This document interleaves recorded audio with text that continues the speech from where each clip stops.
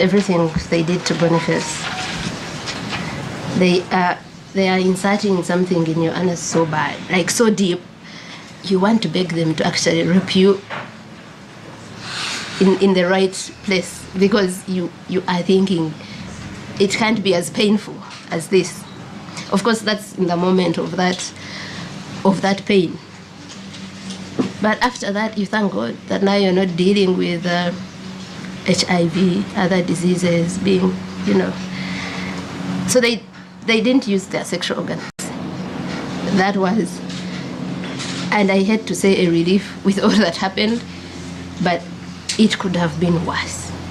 I didn't see a way out of that. I didn't think we'd get out of that alive. So that I sit. So I am seated in the middle of two people, the one woman on that squad and another man. Boniface is behind, also in the middle of two people, and there's another two people in front, so 6 people. So they blindfolded me, and I felt like I was suffocating. It was as if they have covered my nose, my mouth, and I couldn't breathe.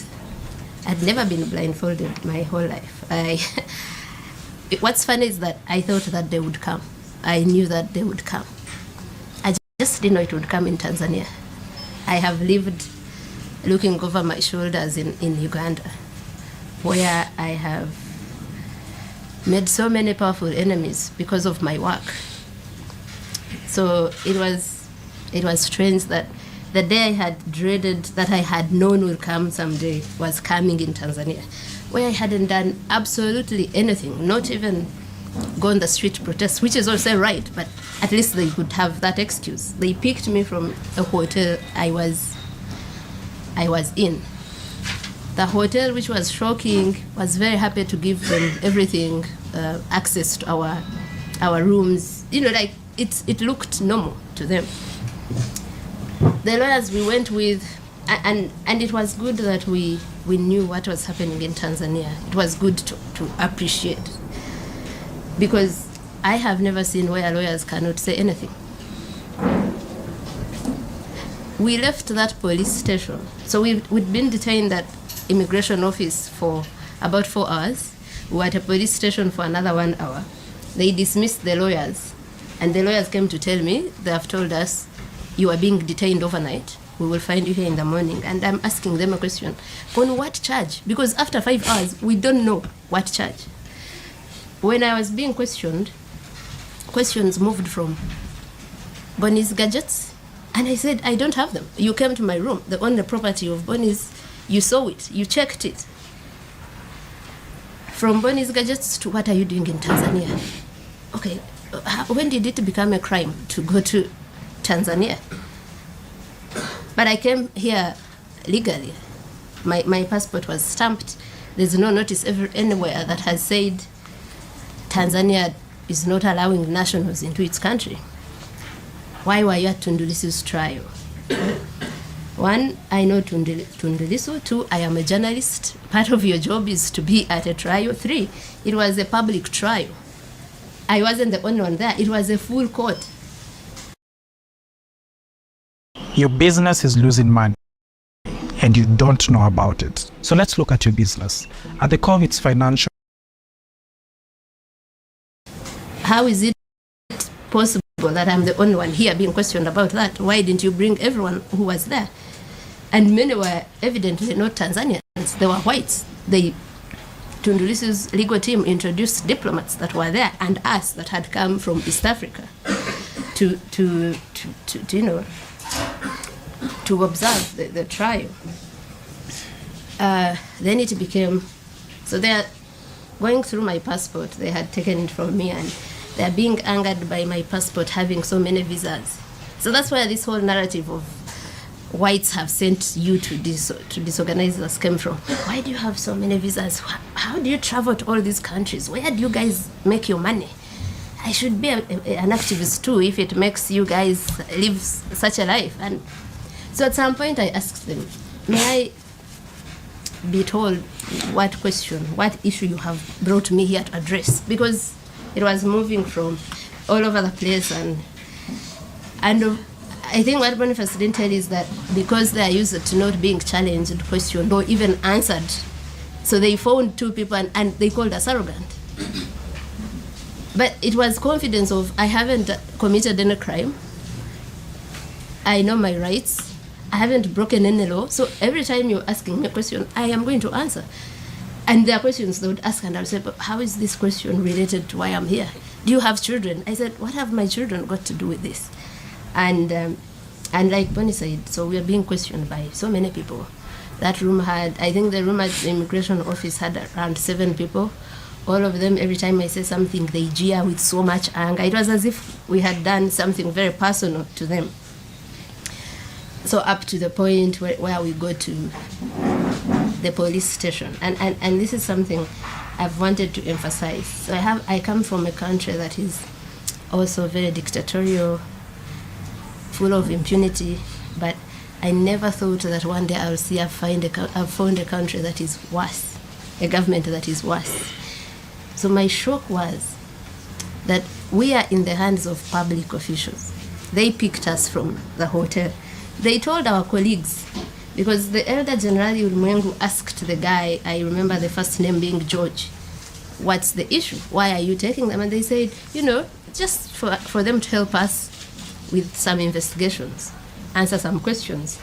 So the feeling was that let's not be accused of blocking any form of investigations.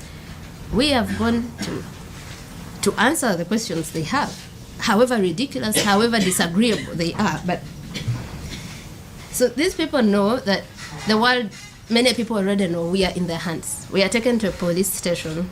We're in the hands of a police officer. I am sure, like in any other East African country, even in Tanzania, the mandate of police officers, the core one, is to protect citizens and their property. So we are in the hands of people that are supposed to protect citizens. But this person, that guy that was, we later to learned his name to be Faustin Mafere, called thugs to pick us from a police station, from his custody, without a care of, I am untouchable. Not just here in Tanzania, but everywhere. So in Uganda, they kidnap people. They torture people also. It's not a secret. But at least they kidnap you from a street so that no one knows who exactly is responsible for this. And many times they would deny, no, we don't know where he is or where she is. Here, the public officials were not afraid at all of being the ones to call thugs, to send us to thugs to do what they did to us. And for me, that's a level of impunity that I cannot fathom, that we are at that stage where people, of course, when I was still shocked, I saw members of parliament also saying Martha Karua should have been raped or sent back home on oxygen, and they were openly in parliament. If that doesn't scare East Africans, that we are at that barbaric level, and for them sexual violence is a go-to thing, like it's the first thing they think of. So anyway, so when we're checking what they did to Boniface is exactly what they did to me. They get me out of the car. After they took Boniface, they had increased the volume of the gospel music they were playing.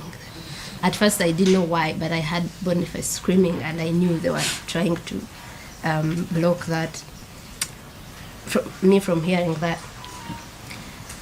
So they violently pick me out of that vehicle, and they also order me to strip naked.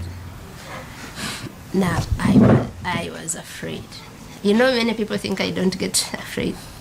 I mean, I know people who say it seems fear is not in Agatha's DNA, but I was afraid. I first got afraid when they blindfolded us. I think I had a moment of like almost a panic attack, because always my fear was being tortured. I always thought, I wish the day they get me, I have like poison and I swallow it so that I don't go through so much pain, so much humiliation. So I was afraid when they picked us up. 4 warning signs you are a witch by blood. This is why your birth date isn't random. There are 12 witch archetypes.